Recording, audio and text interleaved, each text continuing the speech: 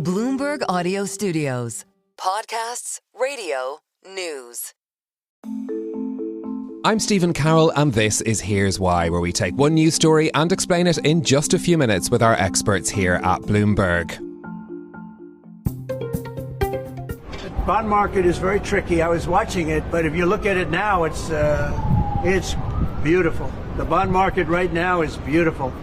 But yeah, I saw last night where people were getting a little queasy.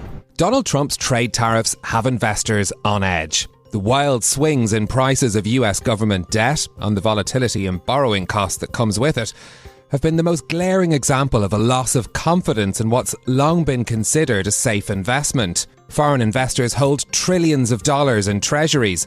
So what happens if they decide to put their money elsewhere? Japan and China are two of the largest holders of US treasuries, and if they decide that they don't want to show up at an auction, it's going to be very tricky. I think what the Treasury market is telling us is that there is not a lot of balance sheet availability to absorb all this Treasury selling. 2025 feels like a US-driven situation and a willingness on the part of foreign investors to liquidate dollar assets.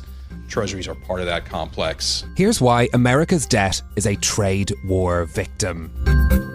Our managing editor for FX and Rates, Rachel Evans, joins me now for more. Rachel, first of all, how important are foreign buyers for US government borrowing? Very important. They comprise about a third of ownership for the Treasury market. So it's a significant piece of the pie. And there's some analysis out there from Barclays that's interesting that suggests that last year, sort of foreign buyers were really taking down like a large chunk of the debt issuance that the US was putting out there.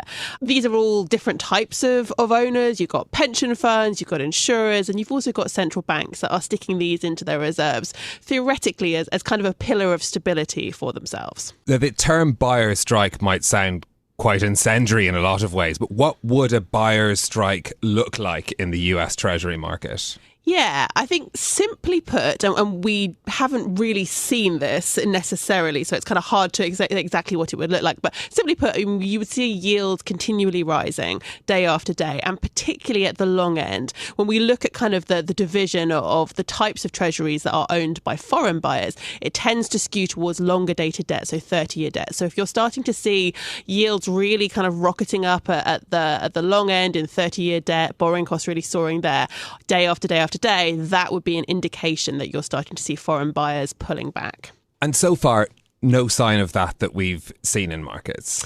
We've seen little dribs and drabs, but we haven't kind of seen the sort of the prolonged action that you would necessarily sort of view as being kind of a buyer's strike. We had a slightly iffy auction earlier in the week where we saw 3-year debt sort of struggling to find as much demand as it might sometimes. And we've seen steeper yield curves, so the back end of the curve selling off more, those yields on 30-year debt rising more. So that does indicate sort of the potential for demand overall is kind of diminishing a little bit. And I was also taken by some analysis that our colleague Cameron Christ did that suggested that since Trump's inauguration, we've actually seen most selling outside of US hours. So that tells you that in terms of who is doing the selling, that it is often coming from overseas. So there's been these kind of little hints of unease, I think, amongst kind of foreign investors, but we've not seen kind of the action that would suggest sort of a sort of bona fide buyer strike that's really going to be there for the longer term. So a determined sort of pullback that we would term a strike in this context. I mean, if it were to happen, theoretically, what would a loss of foreign interest in US debt mean for the US government? I mean, very simply, higher yields. So higher borrowing costs for the US government. They would need to pay more to refinance their debt and to borrow new money. That would also have a ripple through effect to things like mortgage rates, which track 10-year yields and therefore would also be going up. So you'd be getting kind of that ripple through effect from the US's borrowing costs through to sort of the average American's borrowing costs and their debt load. You'd also potentially see the US government have to rethink how it sells debt. At the moment, you have kind of a balance between sort of short-dated bonds and longer-dated securities that's kind of set by Treasury to sort of tap into investor interest. Now, Scott Bessent has said that he would like to move away from having so much debt at the short end of the curve, so many bills. He wants more longer-term debt. However, if your cost of longer-term debt is skyrocketing upwards, that becomes very, very difficult, and the sort of need to really issue more short-dated debt that you can pay less on becomes higher. So I think you sort of have to see the government recalibrating how it sells debt in order to make sure that it's tapping the investors that do stick around. And Would the Federal Reserve get involved in this? Would there be a moment at which something would get so dramatic that the central bank would have to act? So the central bank has its obviously economic mandate where it's thinking about inflation and growth and jobs. So this doesn't necessarily impinge on that. But they're also looking at kind of market functioning. So I think where the Fed might get involved is if you see some dislocations and some breakages in how the market functions. Something extremely abnormal, essentially. Exactly. I mean, this is sort of what we saw back in like March 2020 when we saw kind of a huge liquidation of pretty much every asset, but a dash for cash. And that really kind of sort of broke some of the plumbing in the markets. We saw a lot of hedge fund trades unwinding very, very rapidly.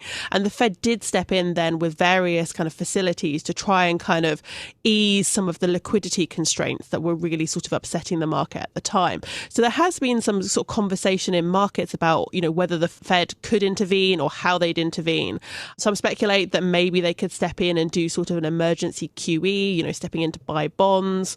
Others say, no, that's not likely, but maybe we could see sort of exemptions from the so-called supplementary leverage ratio. So the SLR kind of restricts how much dealers can have on their balance sheet in terms of treasuries. If you suspended that, people might have a little bit more room to kind of manage a rapid sell-off. So there's kind of conversations about that, but we haven't got to a point yet where those dislocations are particularly severe. In fact, looking kind of at funding markets, while we are seeing sort of an increase in cost, it's still relatively contained. And I think Beth Hammock of the Cleveland Fed sort of described them as strained but sort of working. Okay, so question marks over that safe haven status rather than necessarily a serious attack on it? Yeah, I mean, I think we will see. I mean, we are seeing kind of like rallies in European bonds this week. They're providing kind of an alternative to those who are seeking havens. I think, there's a lot of bigger questions, just kind of given this very volatile period we've had since kind of the tariff announcement, to what degree, investors overseas continue to view treasuries as ballast or as a kind of stable asset that they want to hold as a haven.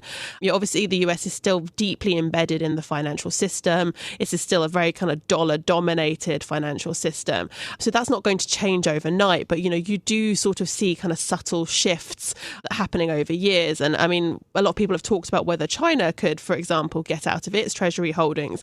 And there's no indication of that happening immediately, but they have been reducing those gradually over the last decade. Because as we see trade tensions with China ramping up, is this actually something that could be, I suppose, a conscious decision that might come from Beijing, which would go beyond just investors looking elsewhere for more stable investments, but perhaps actually a tool in the trade war? Yeah, I mean, it's a good question to ask. And I think, a lot of people are wondering, given we're in pretty unprecedented times, whether unprecedented trade war tools could be deployed. I mean, the Chinese government tends to take a more long-term picture about these things. I mean, as I mentioned, they've been kind of winding down some of their treasuries holdings over the last decade. They were at one point holding, I think, $1.3 trillion of US debt. That's now down to about 700 billion. And in fact, Japan is now the largest holder overseas of treasuries. So China doesn't necessarily have to move kind of immediately and particularly with great speed. They have a very long-term view on how to kind of change their policy. But it's certainly a kind of underlying concern that they could start dumping treasuries.